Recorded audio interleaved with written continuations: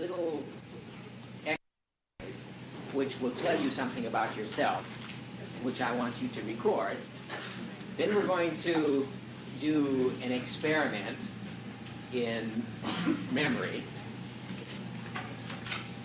and we will be collecting data from each one of you about your memory processes. We're just going to see how we do as a group, and then use that as a means of explaining a great deal of information that's known about memory.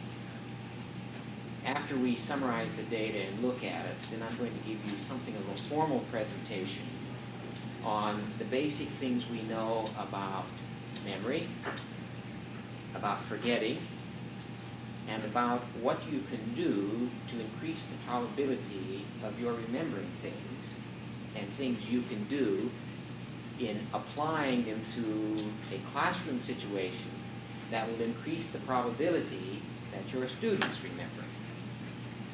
All of this will be organized around the basic Anisa theory of learning and theory of development. They're extraordinarily compatible, as it turns out, as you might imagine. So I need to ask Linda how we've done with our grouping, because I need to work for 60 seconds with each group of 6. I think the best thing to do, since people walked in between, is to ask everyone in group one to raise your hands. Okay, everyone in 2. Everyone in 3. Okay, we already have 6. Everyone in 4. Everyone in 5. Okay, everyone in 6. All right, there's 7 and 6. That's all right. Okay. We can take one group with 7. Everyone in 7.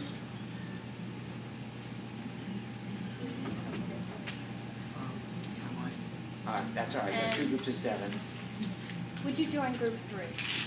So you can just Yeah. Now, we need somebody who will do double duty in each group. We need a timer. So we need somebody with a second hand in each group. Who in group 1 has a second hand? You will be the timer. Group 2, who's got a timer? Who's got a second hand? Where's group 2? Who's my group 2 timer?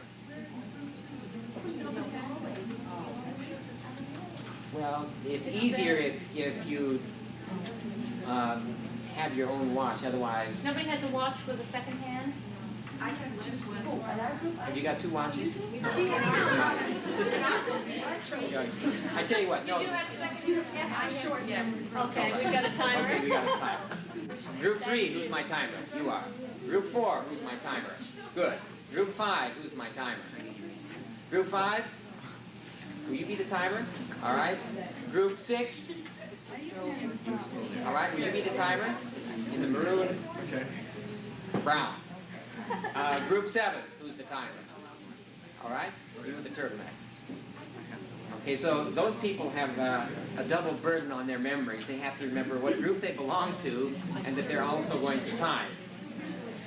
Now, let me give you the directions that we, well, maybe I better do my other little experiment first and then come back and give you the directions just before we do this exercise. Otherwise, you will have forgotten the directions. That way, I'll be applying my own thesis. What? Yeah, well, you remind me if I forget. Now, for this quick little first exercise, I want you to solve this problem, and I'll give you maybe 60 seconds to do it. Here's the problem. There is a cube, wooden cube, that is painted blue on all sides. In other words, the whole outside of the cube is blue. Yes?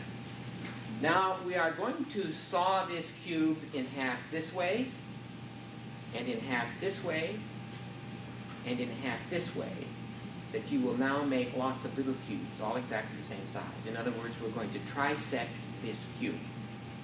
You got that? Doom, doom, doom.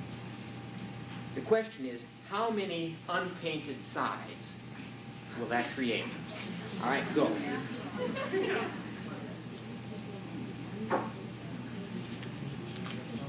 No whispering and consultation.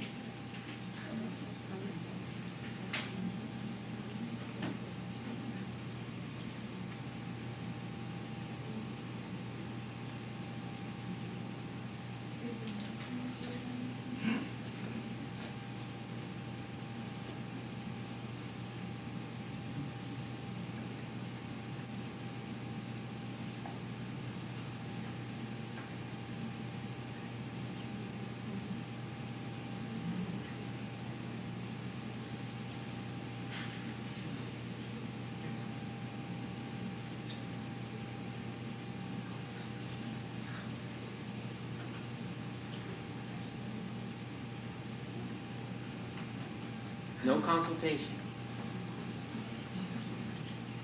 Stop. Okay, how many cubes, how many sides are unpainted? Huh? 24. 24. Now would you, may I see how many got that right? Okay. Now, would you, if those of you who got it wrong, and those, please make a note whether you will remember quite easily, I think, whether you got it right or wrong.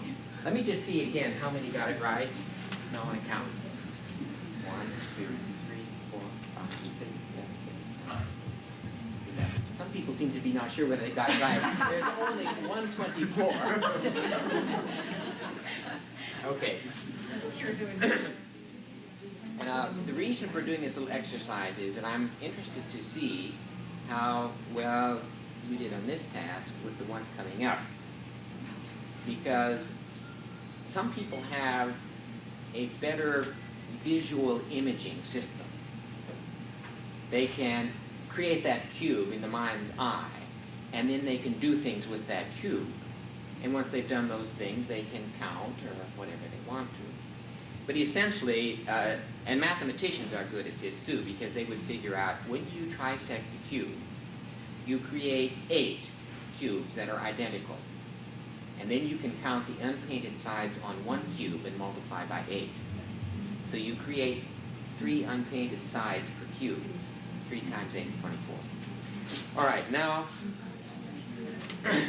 for the next little memory exercise. This was an imaging exercise, not a memory exercise as such, except that if you are using a predominantly visual imaging system of memory, it will be easier for you to have recalled visually what a cube was like, and therefore do things with it. But this was essentially trying to figure out whether or not you have a visual approach to things. Because the next memory task that we're going to do is a visual memory task. And there's some rules that we need to abide by. One is you have to be absolutely quiet. And you have to be quiet when the people come back in, because we're going to file out in groups of 6, and for 60 seconds examine some objects. And you'll come back in and sit down, and your timer will then say, go. And as soon as you're all seated. So you need to have ready, so you don't lose any time, paper and pencil. And then your timer is going to be responsible for saying go. And for 3 minutes, you will try to list the things you will have observed on this table out in the hall. And so be careful, don't stumble on the way back in, because the stumbling could completely cause to evaporate that experience out there. This is why students who go to exams having crammed, you know, they walk like this. They're afraid that if they sneeze or stumble, the whole thing will go. Now, while people are out there doing that experience, those who are back here waiting should fill out those issues forms. They'll give you a little time to think about that. And then after a group has come back in and has done their 3 minutes, and their timer says time, and Linda is going to monitor the timing, the timers, to make sure that there's no fraud. Cheating, it's called. And it's going to be hard for the timers a little bit, because they've got to think and time. So if they get low scores, the Lord will forgive them. I don't know whether we will or not, but the Lord will. And as soon as you have turned your papers over then, there should be no talking, but you should go to your sheet and start filling out the issue form.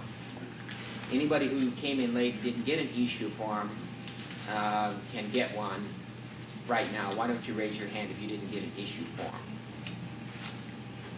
Anything else like that? Time quite right. You think you called too soon or too late? Too soon. Oh. Well, this is how a scientific progress is impaired and permanently mutilated. Well, we'll keep track of you guys. All right, anybody else? Honesty is a virtue. Anybody else honest? All right. Now, what we're going to do is that I'm going to put the items on the board one at a time, and if you got that item right, I want you to raise your hand and, like Paul and Laura, to count how many got it right, and I'll record the number of the item. And then you'll count how many. Count the items that you have on your list now and put a number up at the top. Can you give us more than one name of each item? Some of them Oh, yes, yes. So just count your items and then put how many you got on the list. What do you do with those that you thought of and wrote in? Well, we'll do those with those later. Should I include that in my nice? No. So now are the ones that you have on the one side. This is the ones that you were able to recall within the 3-minute period.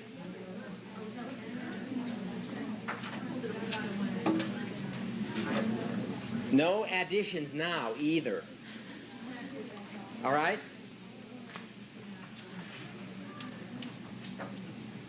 White box. Raise your hands if you got it. Oh, smarties. Smart, we have good names.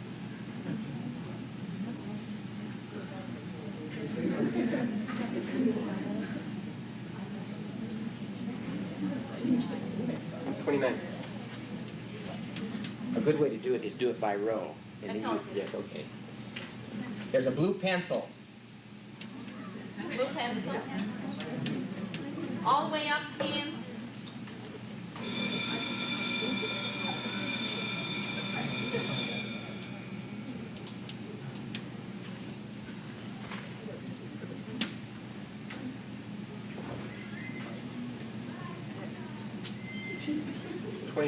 Big average. There's a green candle. Green handle. All the way up.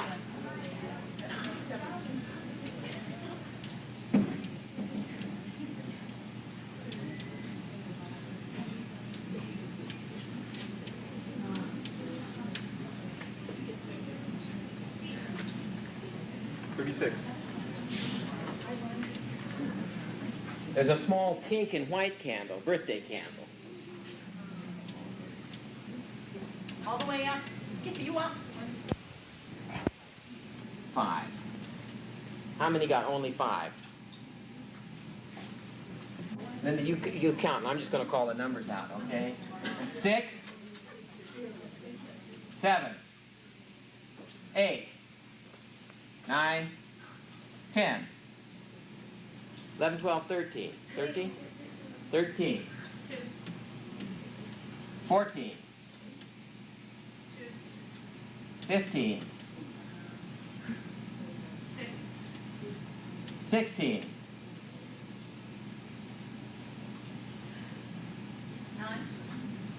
9. 17.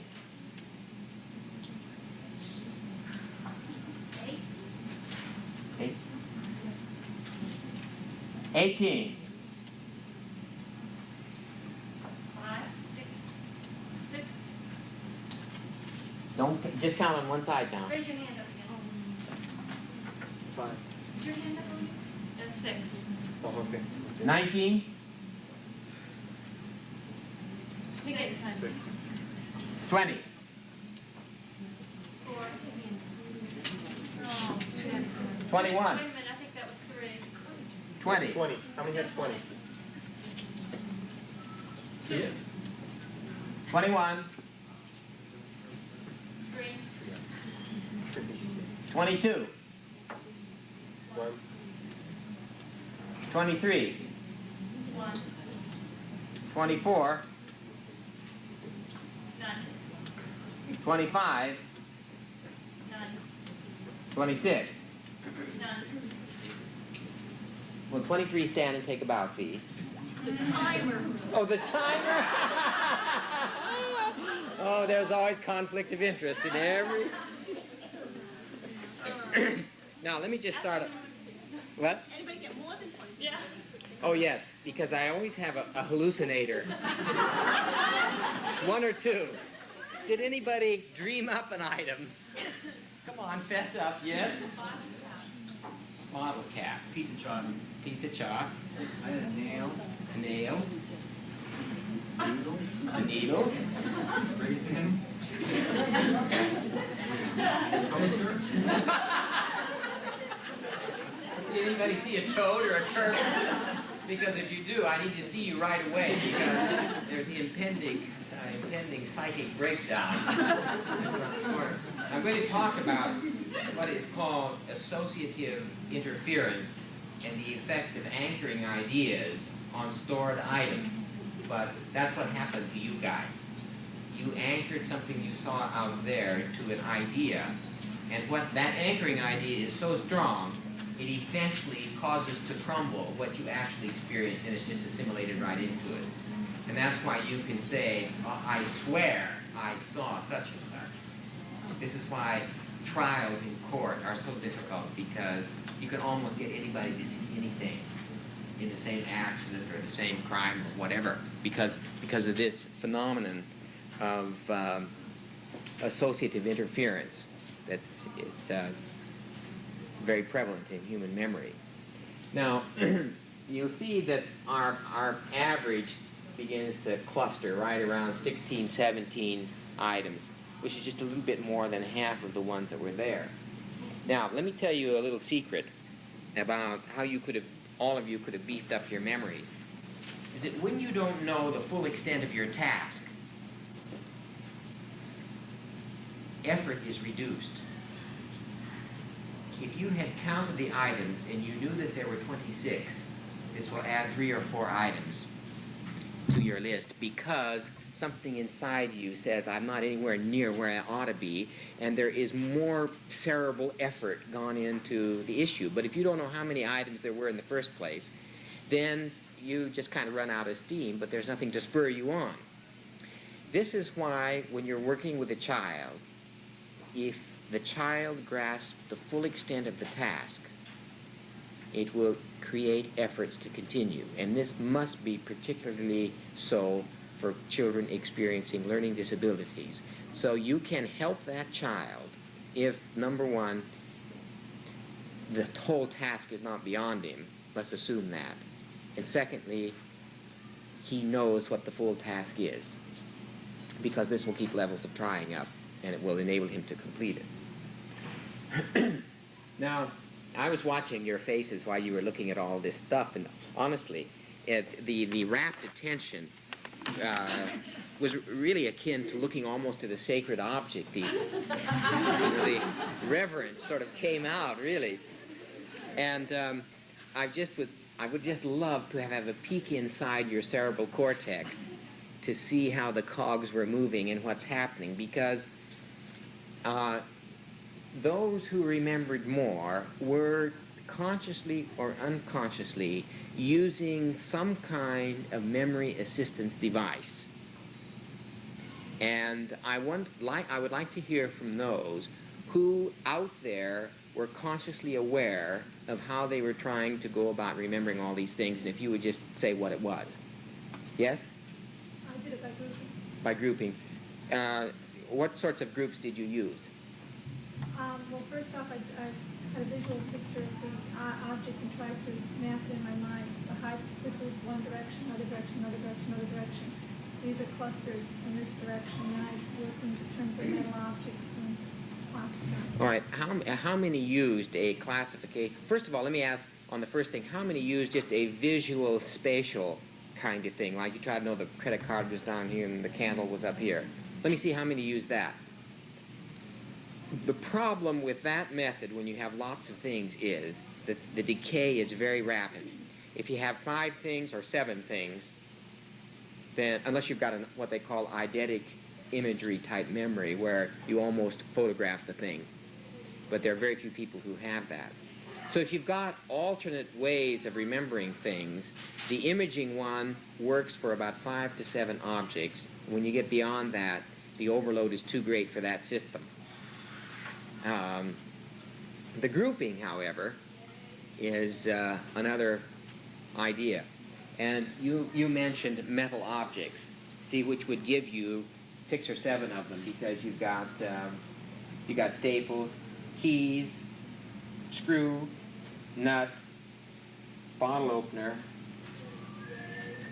tack, pin, penny, eyelet, bolt, paper clip, watch. You got about 8 or 9 items the minute you think of metal. And a quick way to remember that is to say to yourself, 1, 2, 3, 4, 5, 6, 7, 8 metal. Now, remembering the 8 pushes the effort up for that category. That's not the only category, but that's one. If you use a shape category, you could say how many things are cylindrical. You got a candle, 2 candles, you got a pencil cap, you got a pencil,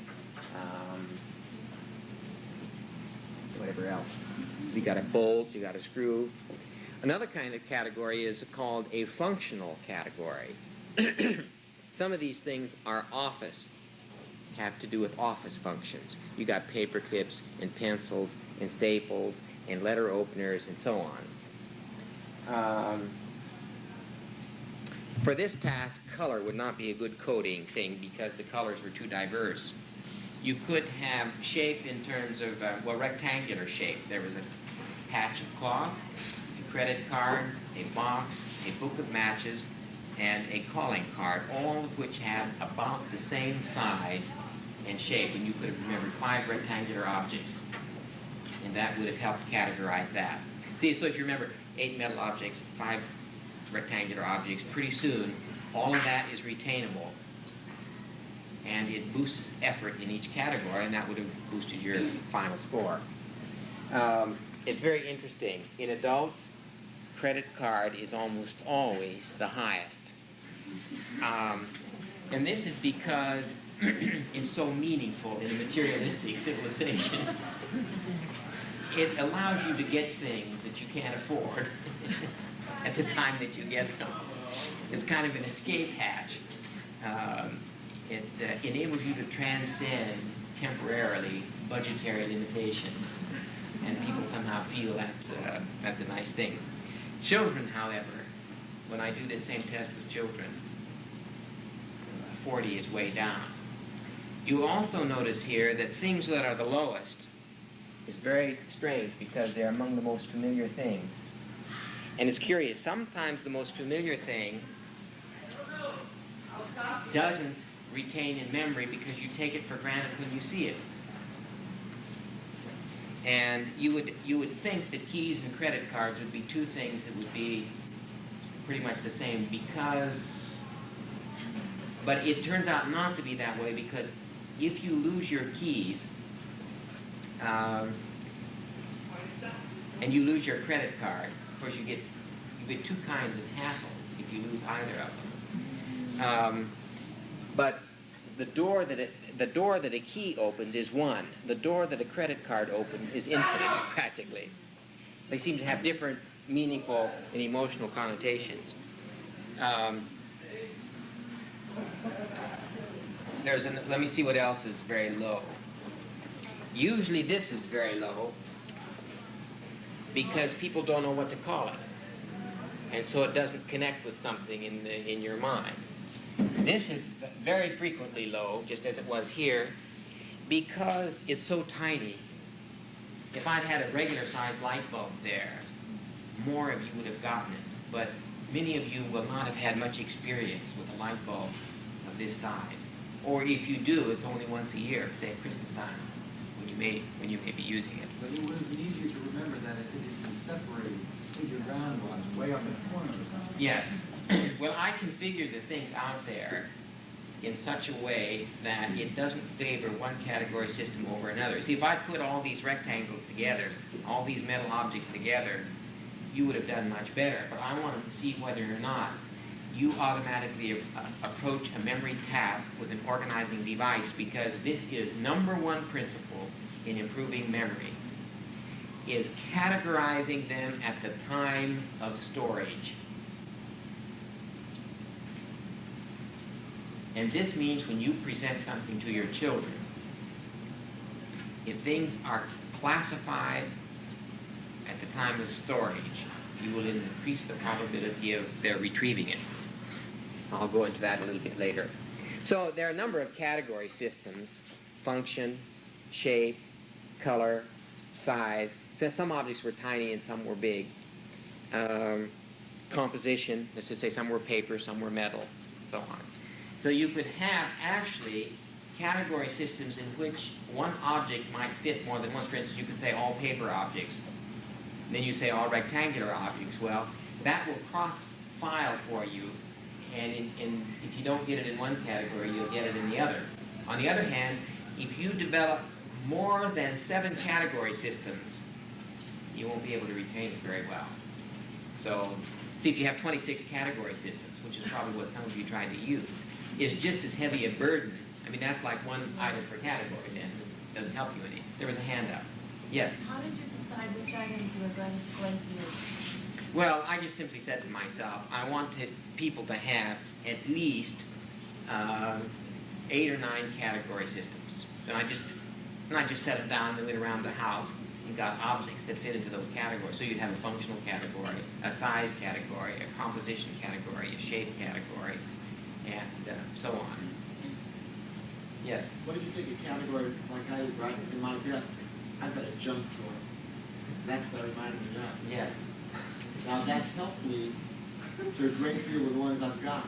Yes. But then it limited, it excluded completely the others, so I know some very well, but others aren't possible.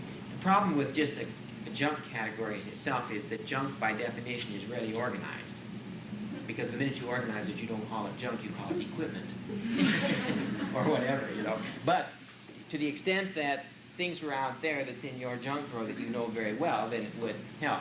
Now there is another memory device which is idiosyncratic. As to say, it would only help you and nobody else.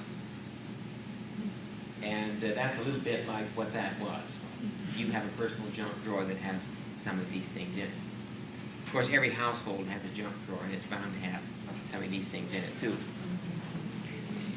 Now, would you just pass your lists down to the corner and have Linda pick them up? You don't have to, don't put your name on it.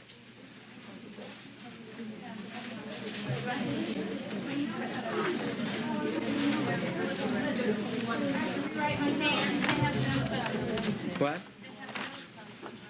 Well, I'll give them back to you. You could recognize your own handwriting. How many people will that involve? How many people? All right, I will just stick it away, because I don't want you glancing at it now. That's what I want, because I want to move on to something else. I don't want any proactive interference now with what I'm going to say. So just put that out of the way. Yes? Yes, I'm going to erase it shortly.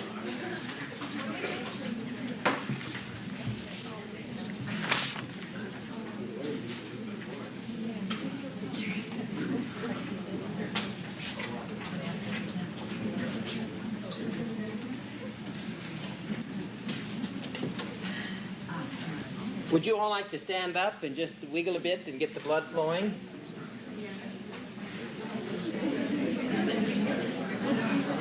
Yeah. Dan, you want to have the break now? You're through in 45 minutes. Yeah, let's have the break now. That's a good idea. We got below 18 on this test that we just did.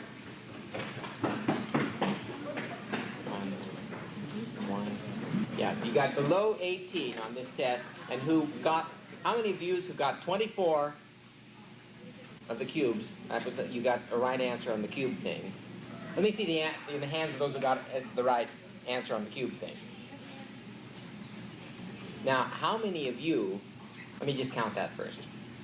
1, 2, 3, 4, 5, 6, 7, 8, 9, 10. That's what I got. Now, how many of you got below 18 right on this test?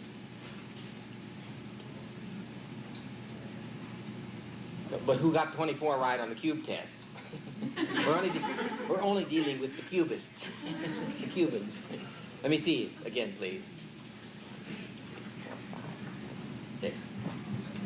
And that meant 4 got above.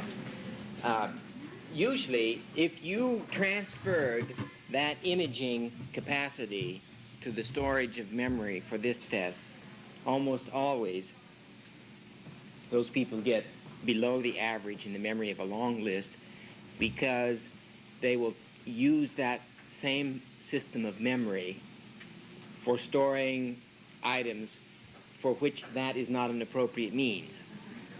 Now, some people have multiple approaches to storing memory, and that may have been this 4 down here. They did the cube thing right because they have imaging powers, but when it came to another task for which those powers were not particularly important, then they probably switched to a category system or whatever it is.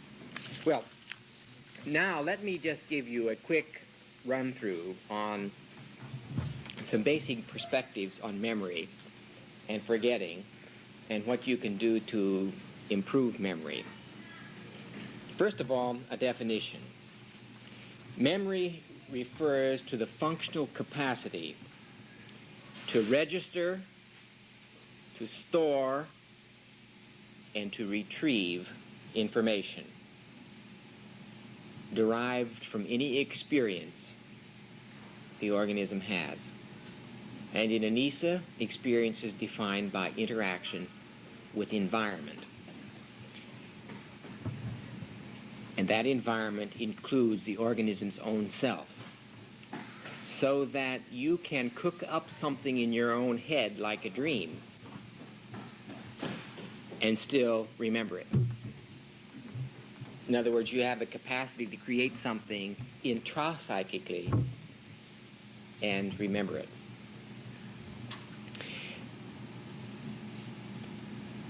Memory is therefore a record of the past, spilling from the present. And when it is organized with an eye to the future, you have the phenomenon of transcendence, as we call it in the Anisa-Model. It's what Whitehead referred to as the conceptual anticipation of the future.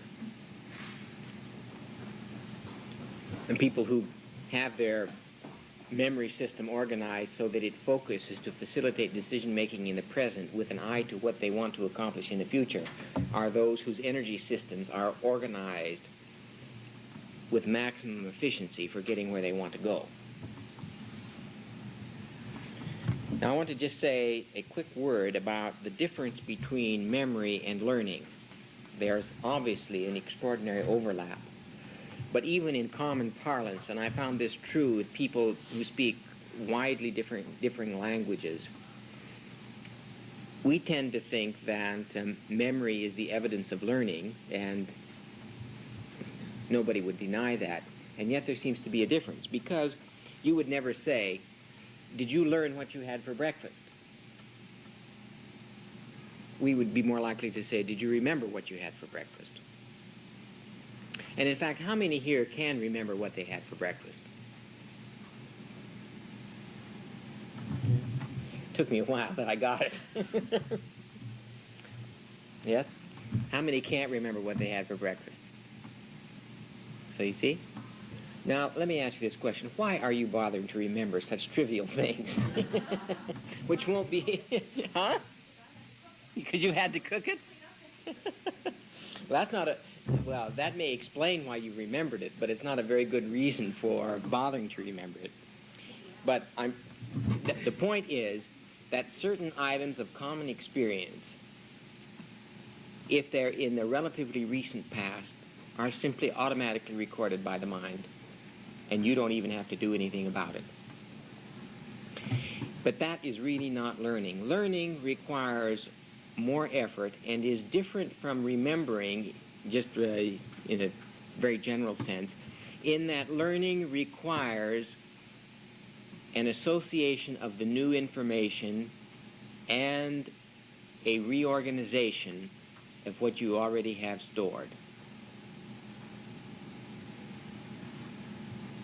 Now, if you just take that one thesis, you can see some extraordinary implications for teaching children, because the way you go about teaching can help them integrate the new stuff with the old.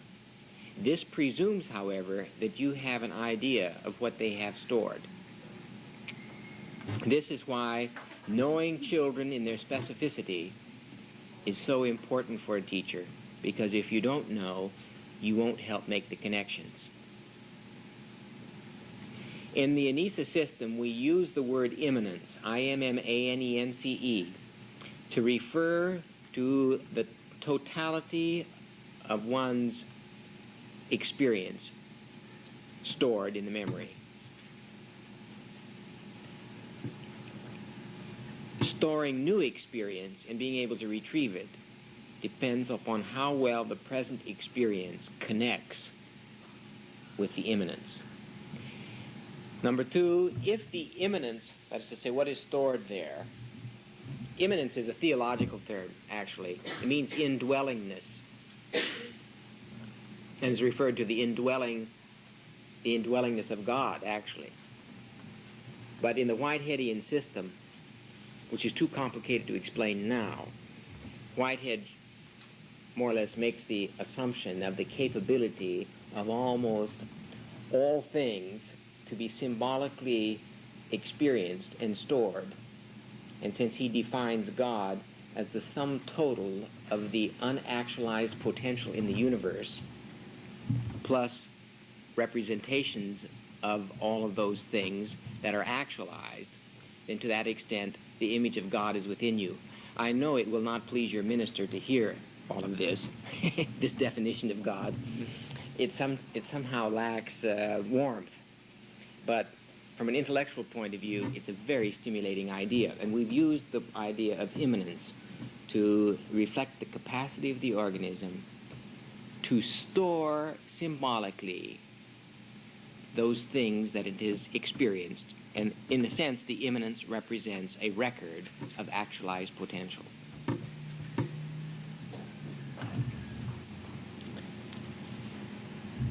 Now, if that immanence is well organized and tidy, it is easier to add more things to it. If it is disorganized, it means that the immanence itself, when brought to bear on a present experience, does not help organize it so that it gets stored in a way that it is likely to be retrieved. Or if it is, there will be a highly idiosyncratic method of going about remembering the experience. And there is only so much of that that the organism can bear. That's why the more ordered your presentations are to children, the more ordered the sum totality of their immanence will be as it is derived from school experience, which will mean that the more things that get added will be more easily retrievable. Now, I think school systems are largely organized in a way that from the child's point of view, since the subjects come rather fragmented, it mitigates against an ordered immanence and therefore constantly reduces the likelihood of things being remembered. And this must be a tremendous burden on any child who has reduced physiological or anatomical apparatuses to accomplish that. So that for a child who's having, say, who has brain damage or something, the thing is do fewer things more slowly, with repetition, highly ordered, and connected with what experiences you already know the child has. And that will enable you to move as quickly as possible for that kind of a child. Actually, it's true for adults too. You're better off if you do fewer things, do them well, have a little repetition, and have them connected with your past, because anything that comes in now that is connectable to the past is experienced as meaningful, unless the repetition is overbearingly boring,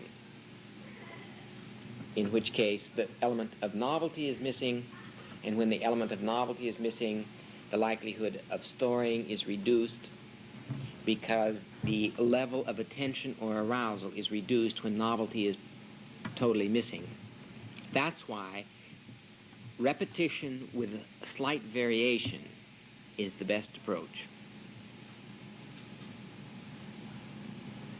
So you should keep that in mind when you're working with a child who's having a real trouble remembering something.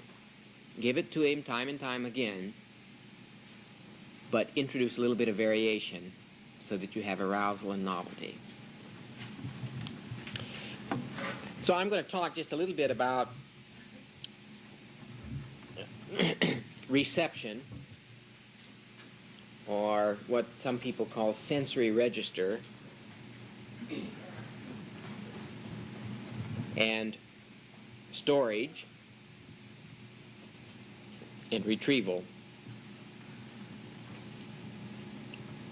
Another set of terms that I can use to talk about this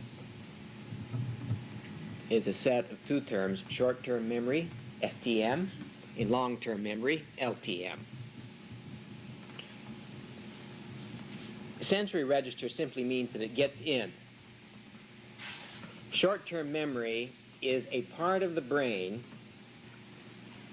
which makes a decision as to whether or not what got registered will in fact be put into long-term storage. If it is not, there will be no hope of its retrieval.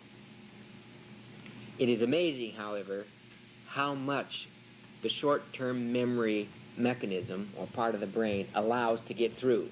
Like, for instance, what you had for breakfast. One reason what you had for breakfast is so easy to remember is that there is a kind of total experience involved in eating and things like that, and you can move back and picture yourself in that circumstance. And that's what I did this morning. I tried to think. I at first thought I'd eaten in the campus center. But then I realized Linda called me and talked me out of eating there and said, let's eat in Suffield at the Ramada, or at the Airport Inn. And so I tried to remember my breakfast, but since I had not been to the restaurant in the campus center this morning, I couldn't remember what my breakfast was, because I had no breakfast there. And suddenly I thought, my memory is failing me. And then I realized I wasn't even there. I was in the Ramada Inn, the airport, the old airport inn, and I saw myself go right in there and sit down with Linda across the way, reading to me and digesting for me an article about teaching gorillas how to talk, while I ate a poached egg and a Danish roll with a cup of coffee. And I had butter on it, and I put 2 little bits of cream in my coffee with 1 sugar, and I had 1/2 cup refill. So I have almost total recall of the whole thing. And she kept saying, I won't interrupt you anymore. And then she'd say, oh, listen to this.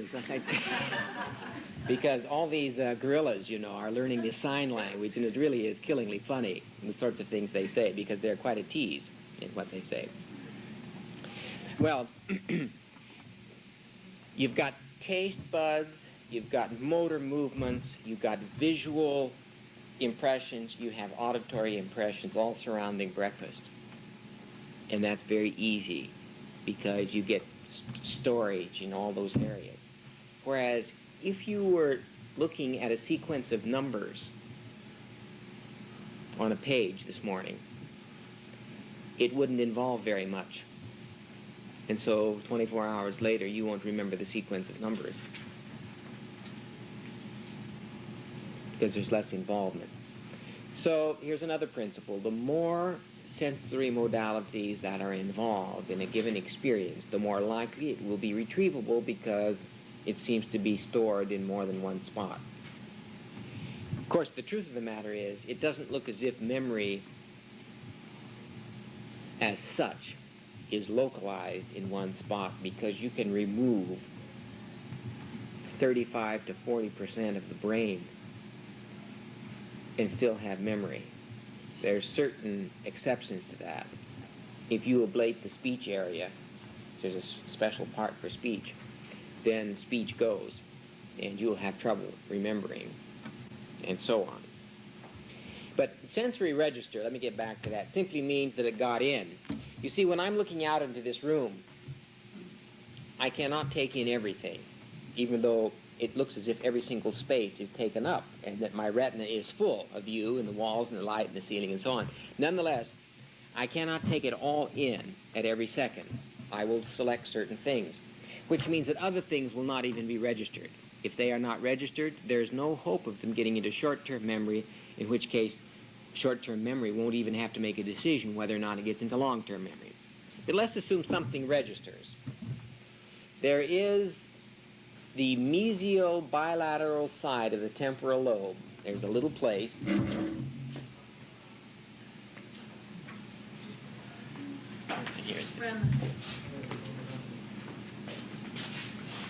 If you look at the brain from the front like this, and it's split down here, and the temporal lobes come around like that, there's a place right there on both sides. That seems to be the place that mediates the function of short-term memory. And the reason we know that is it has come from some experiments, some experience of people at the Montreal Neurological Institute associated with McGill University, where people found that they could successfully control epilepsy by freezing or ablating or creating lesions in the spot where the epileptic seizure begins. You know, epilepsy is a functional disorder associated with a violent burst of nerve firings that starts in one place and spreads throughout the brain. And if it gets to the motor cortex, then you go into convulsions and usually collapse and so on, and then the seizure is over. And they found that if they could ablate or cut out or freeze that area, and you can find out where the area is by EEG analysis, usually. If you ablate that area, then you get no more epilepsy. Now, certain areas are more dangerous to ablate than others. For instance, if it starts in the speech area and you ablate that area, then you have total speech impairment. But there are a lot of places in the brain where a seizure can begin, and you can cut that part out, and nothing seems to happen. There don't seem to be any impairment of memory or functioning or anything else. However, when patients came in with this area being the place where the seizure began, and they ablated the area, they completely deprived that person from ever remembering anything else in life. Their total present experience was in short-term memory alone. Short-term memory lasts only a few seconds, and in some cases, just a millisecond or two, just a few milliseconds. You can prolong short-term memory by a perpetual rehearsal of the thing you're experiencing, but the minute you focus your attention on something else, it goes. They had a piano player whose area of the brain here had been ablated. Now, this man could remember his total past, as to say he could remember his entire musical repertoire, but he could not learn any new pieces. And furthermore, when he gave a concert, and they would tell him what piece to start with, he would start with that piece because he knew it. But the minute he finished and bowed and went off stage, when he came back out, he thought it was the beginning of the concert, and he wanted to play the same piece over. And they would just have, they had to tell him, well, the audience has decided doesn't want to hear the first piece, so you have to start with the second piece, because he'd already played the first piece, but he couldn't remember it. And they'd try to get him to go through the whole concert that way, until finally they'd just say, start with the last piece. And which made him very uncomfortable. He had to give it up. It was too much strain on him, because he thought, well, how can you play only the last piece and get your money's worth? And of course it's very tricky because the time passes and it's always a surprise that it's as late as it is because previous moments have not been rehearsed. There was another person that had the same, had lesions in the same area, and Brenda Milner, who's one of the researchers there, was doing research on him, and she'd given him a group of numbers, 4, 5, 6, to remember. And she left him in the room and went out and came back fully expecting that he would have forgotten it because she left several seconds or a minute or two go by. When she came back and said, "What are the numbers?" he said 4, 5, 6, and she was astounded. And she found out that he had said 4, 5, 6 out loud so that it had come out and gone in his ear, which enabled short-term memory to hear it again, and before it faded, he said 4, 5, 6 out loud again, which went into his ear, got the nerve endings going, and before it faded, he said 4, 5, 6 again. So by just saying 4, 5, 6, 4, 5, 6, 4, 5, 6, he could remember 4, 5, 6 indefinitely. And he was still doing it after he had said it to her. He said 4, 5, 6. He went on inside his head, probably subvocally, saying 4, 5, 6. And then she reports that a truck had gone by and backfired, and they both went to the window to look out. And then she turned to him and said, "What's the number?" He said, "What number?" Because the distraction now made it impossible for him to rehearse the sequence. So there is some anatomical evidence now in the brain for a short memory term function, and there's a lot of research going on about this, and I suspect things will change as well. We also know that in short-term memory, time is the thing that's the enemy of storage in short-term memory. The minute a certain amount of time goes by, it's gone. Whereas long-term memory, the enemy of it usually turns out to be associative interference factors. And when Chuck said that he thought of his junk drawer, if you're not careful with that, pretty soon you've got associative interference going on, because now he will begin to imagine things in his junk drawer out on the table, and now he won't know which is which. And this is called associative interference, or another kind of interference.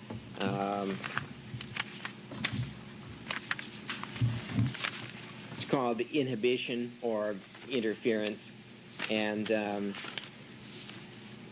you can have two types, either proactive or retroactive inhibition or interference. Proactive inhibition or interference is when what you are learning now is being interfered with by what you already know.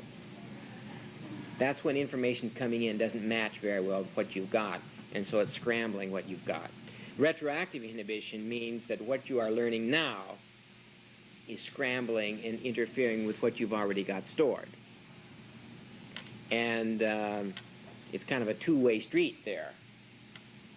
That's why if teachers really know what's stored in their children's heads, they can proceed in a way that minimizes the possibility of these kinds of inhibitions. I did an experiment once without knowing all of this. It was just a hunch I had. It's when I was in the Army, and there were a lot of children of GIs and who wanted their children to have piano lessons. And I was just beginning to think about some of the basic Anisa ideas, and I was getting ready to shift my whole career away from a concert artist to behavioral scientist.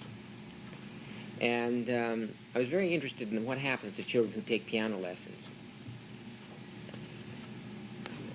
Because as soon as they leave the place where they have the lesson and go home, they start rehearsing errors.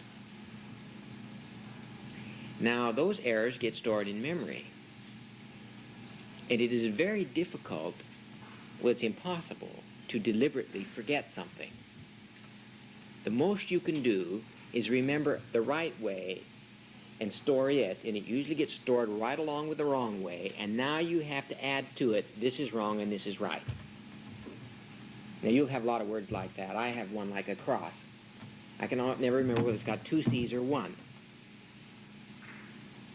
And you probably have a lot of, some children who've learned with the look-say method will have millions of these problems because they're looking not at distinctive attributes of the letter that make up the word, but they're looking at such things as word shape, which does not differentiate enough the letters, and therefore they don't have a good sense of spelling. Look-say method of reading always produces, on the average, a whole lot of very poor spellers for that reason. Now, I want to just talk very briefly about some elements that facilitate memory, in addition to those that I've already mentioned. Incidentally, there will be types of memory associated with the basic categories of potentialities as itemized by the Anisa-Model. There will be biological memory, and this functions in terms of the genetic code. It functions, the whole immune system of the body functions in this way. You know, when you get a vaccination for smallpox and they put this stuff in you,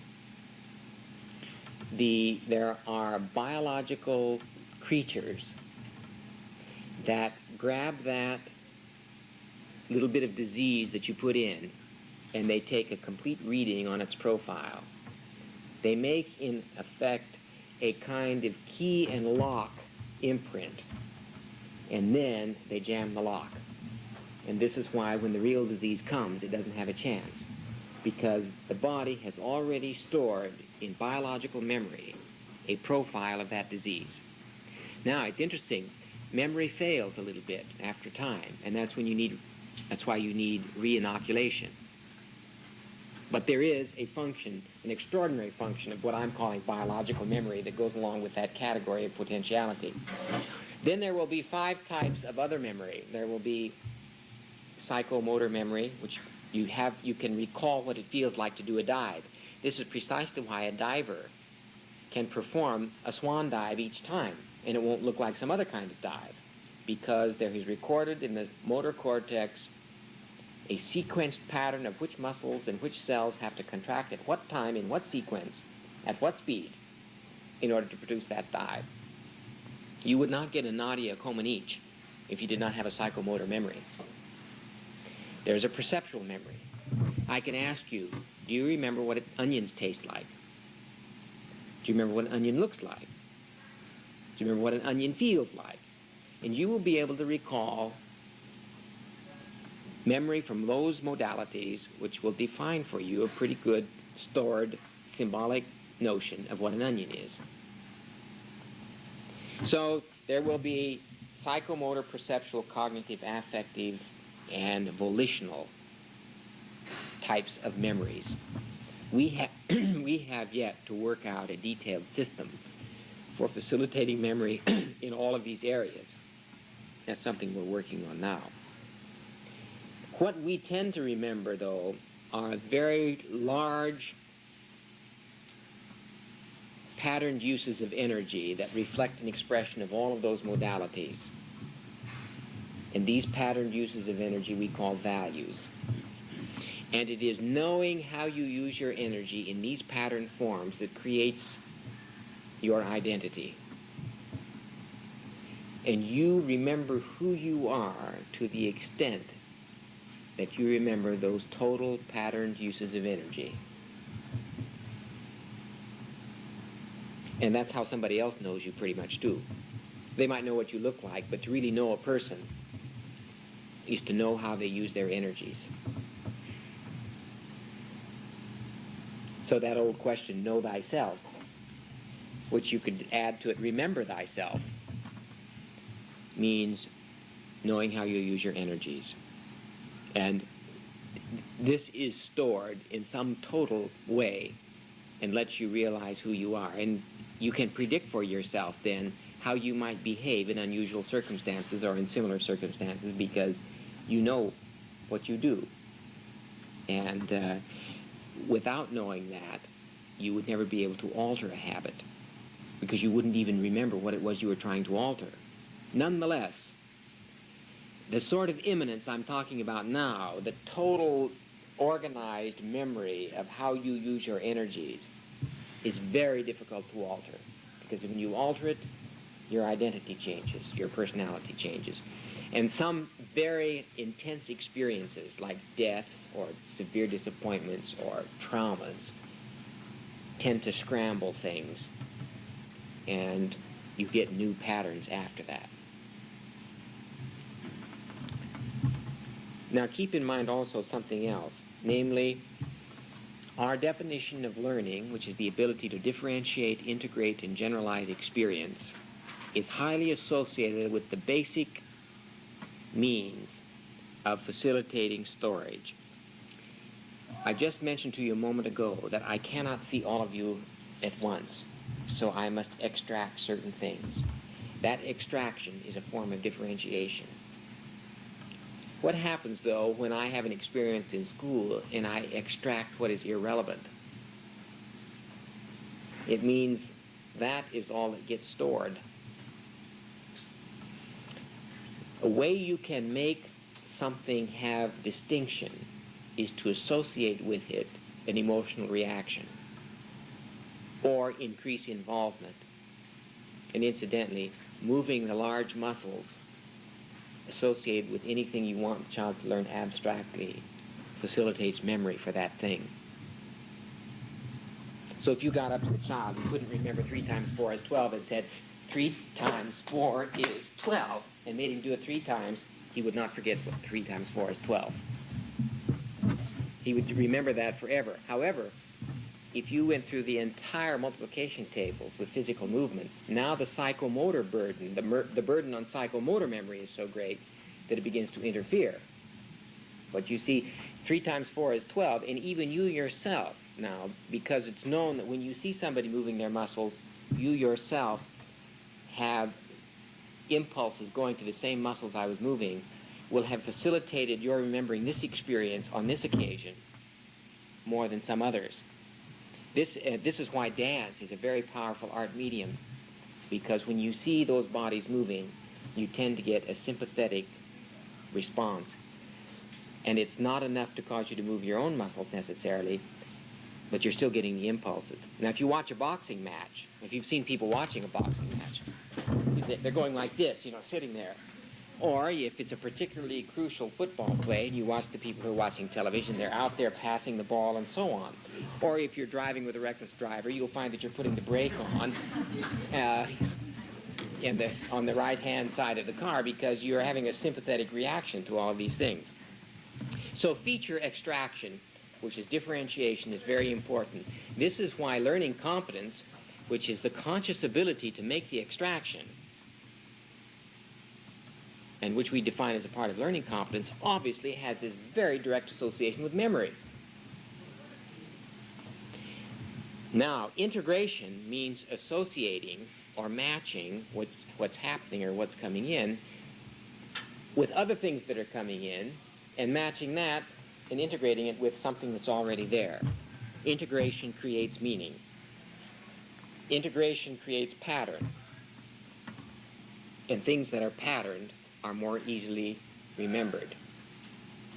No pattern means random. Randomness means no meaning. No meaning means no storage. However, you can remember that the experience you had was meaningless even though you can't remember the experience itself. In other words, you can read a book that is beyond you, and you can remember that this book was terrible in the sense that you couldn't understand it. But you cannot remember what it was you couldn't understood. What you couldn't understand.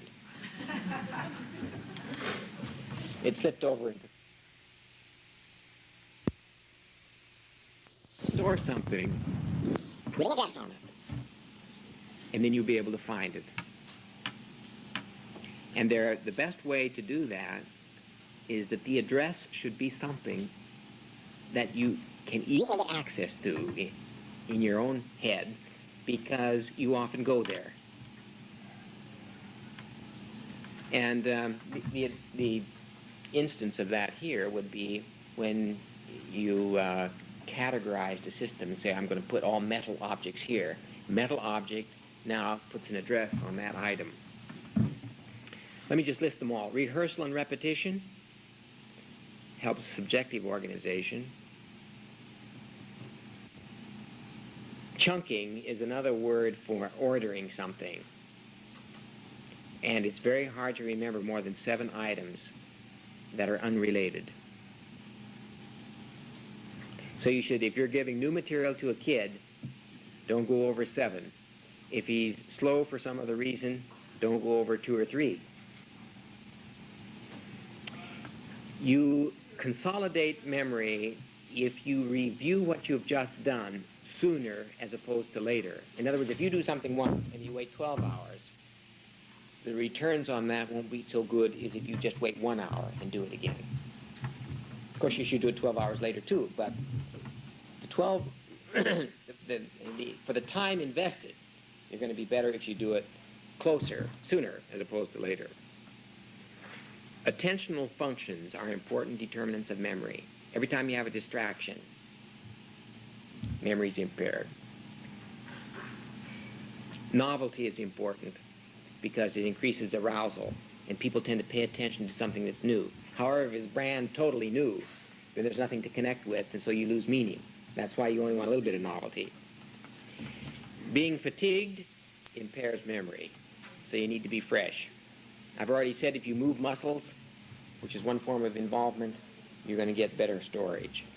And finally, if you can use advanced organizers when you're presenting material, cognitive material, by creating in children anchoring ideas, which are anchoring points you know they already have in their heads, then you aren't leaving it up to them to find the anchoring idea. You actually fish it out for them. And this would be particularly important for children who are having disabilities and difficulties. You need to make sure the anchoring point is there. And before you start doing something, find the anchoring point. And you'll find this kid will then hook it onto that and be able to retrieve it more actively. Yes? Sure. Supposing you know that the child likes something. For instance, he has a passion for chocolate ice cream. And you're going to talk about something now. And you can anchor it. I mean, this is just an absurd idea, but it'll still work. You anchor what it is he's learning to chocolate ice cream, and he'll retrieve it more readily. An anchoring idea is in a form of an address. So he files it. Now, of course, if you anchor too much to chocolate ice cream, then it'll be too complicated, you see. And but once you get to know a child well, you know what he retrieves most easily, and that will tell you what anchoring points are there. And most people have vast possibilities of anchoring things. There are these little devices are called mnemonic devices. M-E-O-N-M-I-C, mnemonic, and they all refer to ways of connecting with something in your mind or creating an ordering scheme. For instance, if I give you that nonsense sequence of letters, and I said, in 2 weeks, I want you to remember this, and erased it now, it would be a very probability if I came back in 2 weeks that you would know what it is. However, if I told you that it's frown spelled backwards, in 2 weeks you would all remember, especially if I said, everybody frown now. Because that's moving the muscles, directly associated with the word. It gets stored in 2 weeks. If I came and asked you, would you remember what word I put on the board? You would all say frown. And it would be quite effortless. However, if I left it like that, chances are there wouldn't be anybody who remembered it in 2 weeks. Now, my point is, for lots of children, 60% of the day is like this. So you now know why so little is retained. Because it doesn't get anchored to anything. Because we haven't built the anchoring point and drawn it out and connected stuff to it. We've missed that out. Now, have you got 60 seconds? Because I want you to take a fresh piece of paper and write down the list of things you had out there, and I want to compare what you did first with what you did second. You have 3 minutes. Yes, right now. But that's why I want you to. That's why I want to pick up your other papers, see? You need paper. Because I don't want you cheating by peeking at your other paper. Write it, You're writing right now. How many got 25? 4. 24. 23. 22. 21. 20. 19. 18. 17. So on. Well, there are 2 things operating here. There's a fight between decay because time has lapsed, a lot of information has come in. But, so that will cause decrease in memory. But we rehearsed this list right after you had done it. Because I put all the names on the board, you had to look at your list a whole lot of times. And therefore that will boost the possibility of memory. Incidentally, that's something you might want to keep in mind in the way you teach reading. If you teach a short reading lesson and repeat it 3 times in a day, you will have more recall on the average than one big lesson, which doesn't get repeated until the next day or 2 days later. Actually, the way in the Anisa system ultimately reading would be taught is that you would have some formal part of the day where, reading is formally addressed, but that there will be a subsequent review of that lesson shortly afterwards, not taking the same amount of time, but much, much less.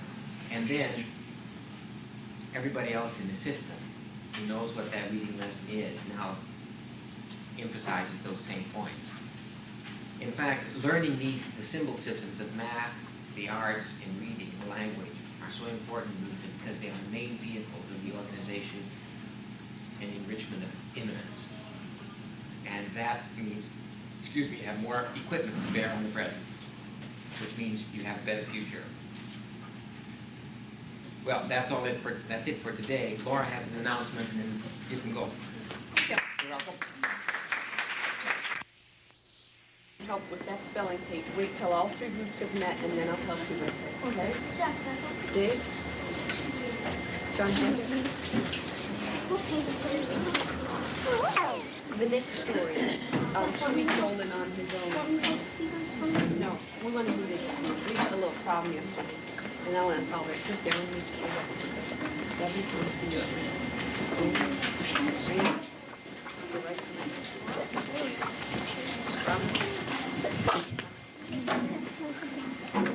Okay. Where did that go? But here, I'm gonna sign it. Oh.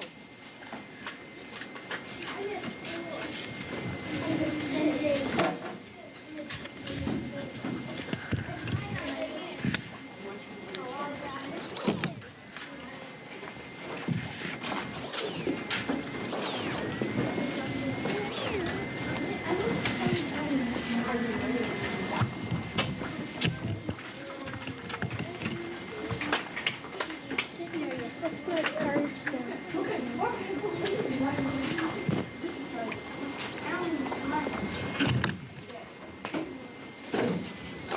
Hey, what are you signing? No, I'm gonna.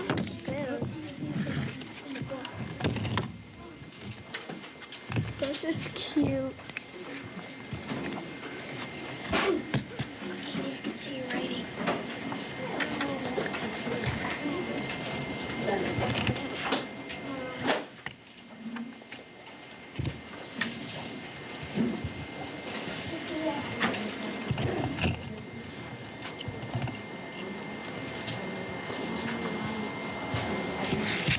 I'm up to go. Yeah, I can go with it. I have to. Can you go put this in just a minute? So what?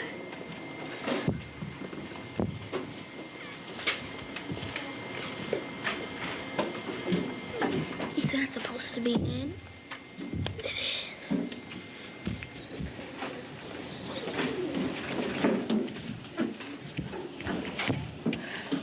This is a line.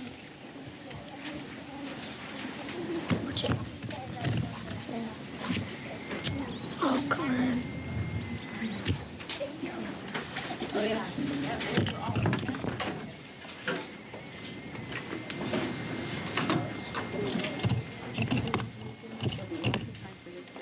Robert, Mark, what's this thing?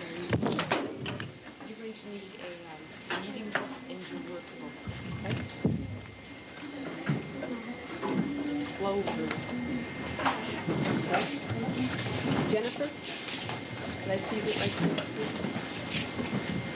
Zach, I'm going to pencil. Where is it? Zach, we're going to need a pencil. Would you borrow? I don't like that. Is that for you? No, I don't. Not her.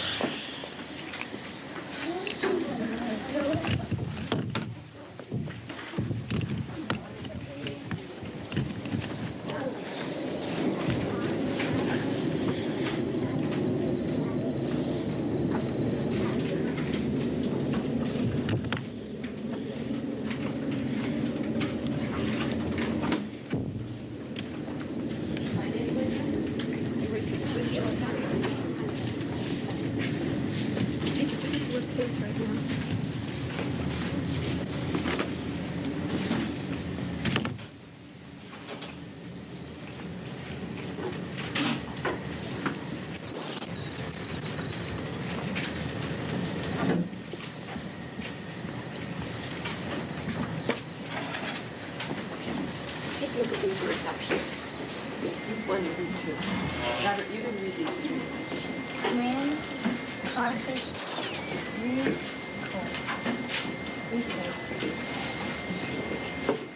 recall. Good. Read them all three again. Command, cautious, recall. Okay. There's a C in all of these three words. How did the C sound? The first one Yeah, we just read these three. was the K. Like the K. How did K sound? Mark, read these three. Solar, pencil, side, Those words also had a C. How did the C sound in that one? Take a look at what letter came after a C in all of these words.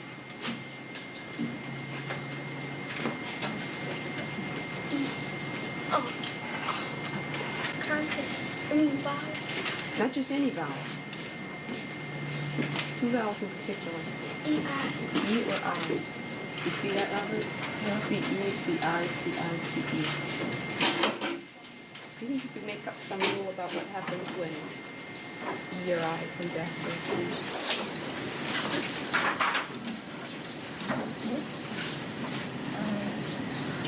What's the question? Tell him the question. Make up a rule that,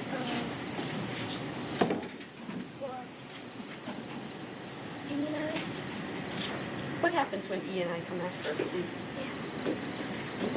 make an S sound. What makes an S sound? C, and then E, C or I. Just the C.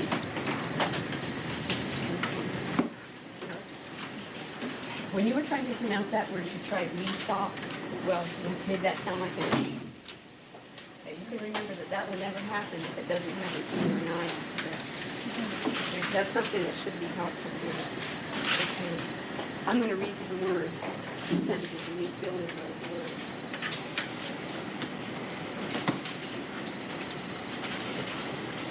Okay. Something, the saw, and sugar together in a bowl. Sifting. Okay. Mrs. Brooks used something to make sure the board was really flat. Level. A level, that's it. And that's like it goes to